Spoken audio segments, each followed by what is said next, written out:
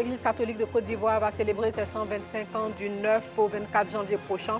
Le bilan des actions de l'Église dans une poignée de minutes. Et puis le Royaume-Uni doit trouver de nouveaux partenaires avec lesquels il pourra travailler à long terme pour bâtir son économie. L'Afrique serait-elle le partenaire idéal? Nous aurons la réponse d'un expert dans ce journal. Bonsoir et bienvenue dans le journal. Des travailleurs sociaux formés sur le programme d'éducation parentale dénommé « Les familles font la différence ». 32 conseillers d'éducation préscolaire participent à cette session qui va durer une semaine. Objectif, améliorer le bien-être physique, intellectuel et socio-émotionnel des enfants en Côte d'Ivoire. Le reportage de Sephora Zegui. Renforcer les capacités des parents dans l'éducation de leurs enfants en adoptant des pratiques favorables à leur développement. C'est l'objectif que vise l'ONG International Rescue Community, IRC. 61 conseillers d'éducation préscolaire renforcent leurs capacités en éducation parentale. Ce programme est mis en œuvre par le personnel du ministère de la Femme, de la Famille et de l'Enfant, formé et encadré par le personnel de IRC pour s'assurer de l'appropriation de l'approche. Ces travailleurs sociaux formés seront chargés à leur tour de former au total 1600 parents. Un exercice qui vient leur faciliter la tâche selon les bénéficiaires. Ce programme sera d'une grande utilité dans la mesure où les connaissances que nous allons avoir ici vont nous permettre aussi d'apporter un plus dans l'éducation des enfants, c'est-à-dire apporter un plus chez les parents au niveau de l'éducation de leurs enfants, tant au niveau de l'institut, tant au niveau du domicile. La méconnaissance des bonnes pratiques nécessaires à l'épanouissement de l'enfant conduit aux violences domestiques sur eux. Le ministère de la Femme, de la Famille et de l'Enfant salue donc cette initiative financée par la Fondation Jacob et le programme Transformer l'éducation dans les communautés de cacao. Aucune formation n'est de trop. Ayez toujours à l'esprit que le bénéficiaire final est l'enfant à travers ses parents. Madame la ministre compte sur vous, sur votre assiduité, votre ponctualité. Le programme d'éducation parentale Les familles font la différence a démarré dans sa phase pilote dans la région du Gor. Il a permis de renforcer les capacités de 201 parents et a impacté 770 enfants de 0 à 5 ans. Ce projet a également permis la construction et l'équipement de 3 centres d'action communautaire pour l'enfance. Parlons coronavirus. En 9 mois, la pandémie du coronavirus aura bouleversé le monde, mettant en cause les certitudes scientifiques. L'auteur Joël Nguessan porte la réflexion sur cette maladie dans Coronavirus, ou le crépuscule de nos orgueils, un livre témoignage pour l'histoire qui se veut un devoir de mémoire pour l'auteur. La cérémonie de dédicace de l'œuvre s'est tenue le 25 novembre dernier dans la commune de Cocody devant un parterre de personnalités culturelles et politiques. Didier Nguessan. Laisser à la postérité un cliché de l'impact de la COVID-19 sur le monde. Voici l'objectif qui a poussé l'écrivain Joël Nguessan à coucher son encre sur 218 pages entre mars et juin 2020. Coronavirus ou le crépuscule de nos orgueils vient de paraître chez Gad Éditions dans la collection Des voix de mémoire. 7 chapitres soutenus par des chiffres et des illustrations. Le livre est préfacé par l'ancien Premier ministre Charles Konambani, à qui l'auteur emprunte l'expression « le petit soldat invisible du monde » parlant de la COVID. Une pandémie qui déconstruit nos certitudes et invite à faire preuve d'humilité. Qu'on arrête de dire qu'on est les plus forts militairement, les plus forts en termes de santé, qu'on arrête de dire qu'on est les plus forts en termes de religion, qu'on est les plus forts en ceci. Non, non, non. Le virus est venu nous montrer que nos certitudes d'hier sont devenues des incertitudes. Même si on est président de la République, même si on est chercheur, même si on est grand scientifique, même si on est le plus grand devin du monde, on doit devenir tous, même si on est des grands hommes de Dieu, on doit devenir tous humbles. Fermeture des frontières, course au vaccin, tâtonnement dans les décisions politiques, réduction au strict minimum des rapports sociaux et le lot de controverses. Bref, le coronavirus aura imposé un nouvel ordre mondial face auquel l'auteur exhorte à une autre humanité. Parlons toujours santé avec la direction de l'informatique et de l'information sanitaire qui dresse le bilan de la situation du Rhône. Selon la DISS, Une bonne utilisation de cet outil permet de prendre des décisions idoines en matière de santé publique. Kwadio Kwame. Collecter, traiter, diffuser l'information sanitaire et élaborer le rapport annuel sur la situation sanitaire. Telles sont les missions de la direction de l'informatique de l'information sanitaire, plateforme logicielle qui fournit aux gouvernants des outils de surveillance et d'analyse de la situation sanitaire du pays. D'énormes avantages en découlent. Offrir aux décideurs et gestionnaires des données et un accès facile à des tableaux de bord prédéfinis et la possibilité de créer des rapports dans un bref délai. En vue d'assurer une meilleure mise en œuvre de la situation ROUM, il apparaît nécessaire de faire un bilan avec les principaux acteurs. C'est une opportunité de taille pour le ministère de la Santé parce que c'est un outil qui nous permet de prendre la décision. Vous avez des données de santé, mais permettre de présenter ces données-là sous un format qui permet aux décideurs d'avoir une idée de ce qui s'est passé dans son centre, de voir comment les indicateurs de santé évoluent et de prendre la bonne décision pour améliorer la politique.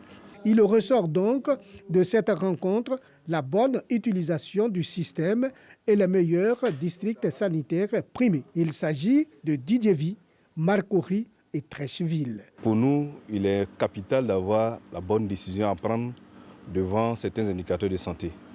Et cet outil permet de voir en temps réel, à tout moment, l'évolution de nos indicateurs et donc peut permettre donc d'ajuster des stratégies pour avoir de meilleurs résultats. Pour une bonne utilisation d'un outil permettant de prendre des décisions idoines. L'utilisation de la situation ROUM est intervenue au deuxième trimestre 2018. Plus de 500 000 personnes impactées par les actions du Lions Club International District 403 à 2. C'est ce qui ressort en tout cas de la rencontre entre les membres du club service et le gouverneur du dit district. Un bilan jugé positif. En tournée en Côte d'Ivoire, le gouverneur du district 403 à 2 du Lions Club International rend visite aux pensionnaires de Rayon d'Espoir, un centre d'apprentissage pour jeunes handicapés. Clément Boukou. Le gouverneur du district 403 à 2 pour la mandature 2020-2021 du Lions Club International en visite en Côte d'Ivoire. Il s'est rendu à Rayon d'Espoir, situé à la Riviera 2, dans la commune de Cocody.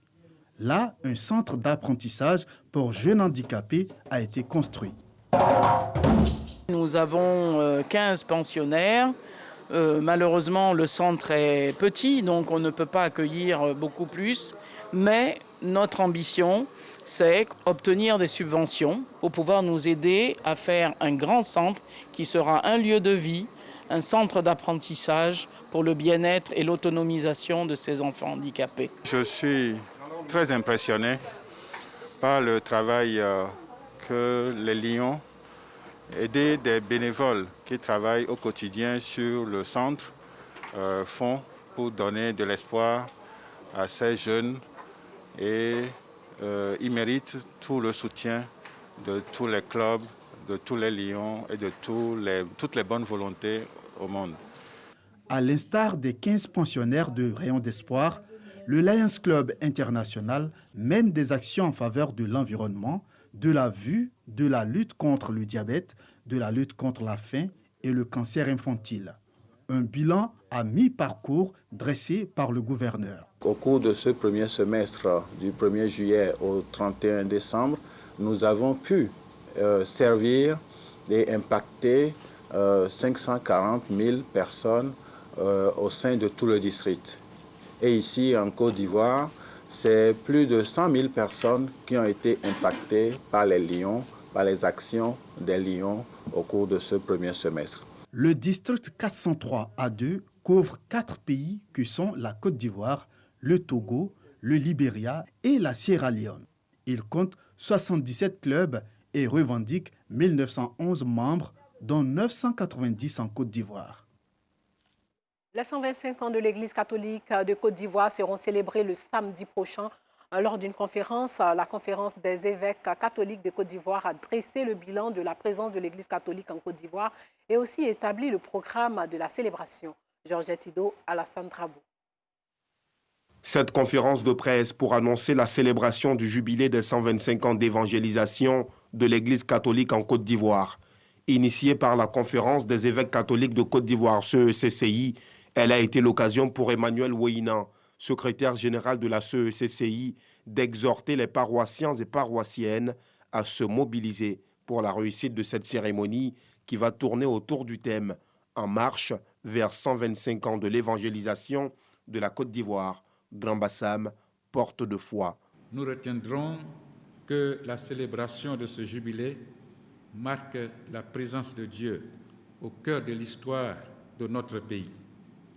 Les grâces qui en découleront ne concerneront pas seulement l'Église, mais toucheront l'ensemble de la vie de la nation. Cela appelle les membres de notre Église à être présents dans le domaine du développement, de la justice et de la paix, de l'éducation, de la santé, de la communication. La célébration des 125 ans de l'Église catholique va débuter le 9 janvier avec une prière d'intercession et d'adoration à la cathédrale Saint-Esprit Moqueville de Grand Bassam pour prendre fin le 24 janvier. Pour Monseigneur Jean Kwasi Bonzo, vicaire général du diocèse de Grand Bassam, 125 ans après, le bilan reste positif. Nous avons des catéchistes, nous avons autant de baptisés de confirmés. Nous avons des structures qui sont mises en place et ce n'est pas rien. Il est clair qu'en 125 ans, on pouvait en faire encore. Et nous avons encore beaucoup à faire ensemble. Mais nous ne sommes pas fatalistes. Je me réjouis de ce que nous sommes aujourd'hui.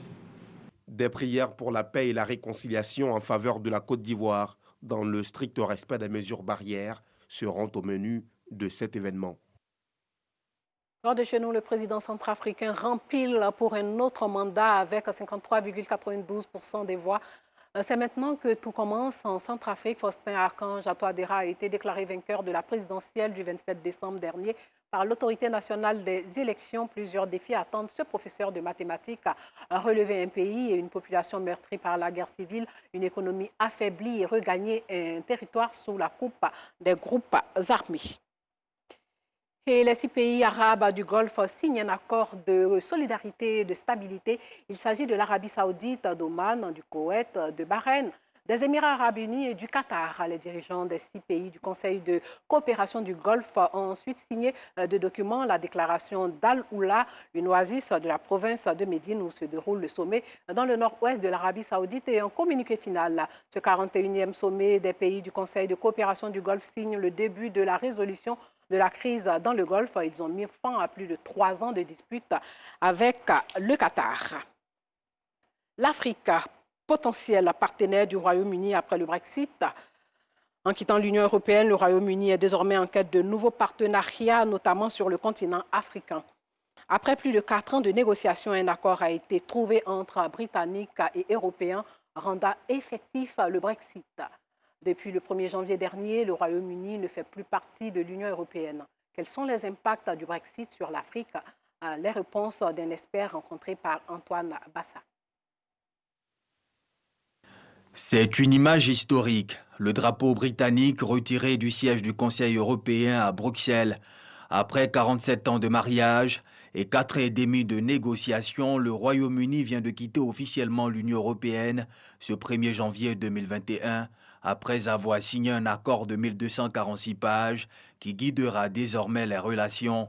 Selon le politologue William Aglonon, ce divorce ne profite à personne. Nul ne gagne à la sortie de la Grande-Bretagne, puisque la Grande-Bretagne fait partie des grandes puissances de l'Union européenne, deuxième puissance économique après l'Allemagne, deuxième puissance militaire après la France, donc c'est une grande puissance qui s'en va. Et si les accords économiques ont été au cœur des négociations, le no deal concernant le programme Erasmus, permettant l'échange d'étudiants entre les pays signataires, est selon le politologue une grosse perte pour les jeunes. Je pense que les Européens perdent beaucoup sur ce plan parce que le programme Erasmus a permis aujourd'hui à la plupart des élèves et étudiants européens d'aller apprendre l'anglais en Grande-Bretagne, ce qui a été un programme vraiment très avantageux sur ce plan.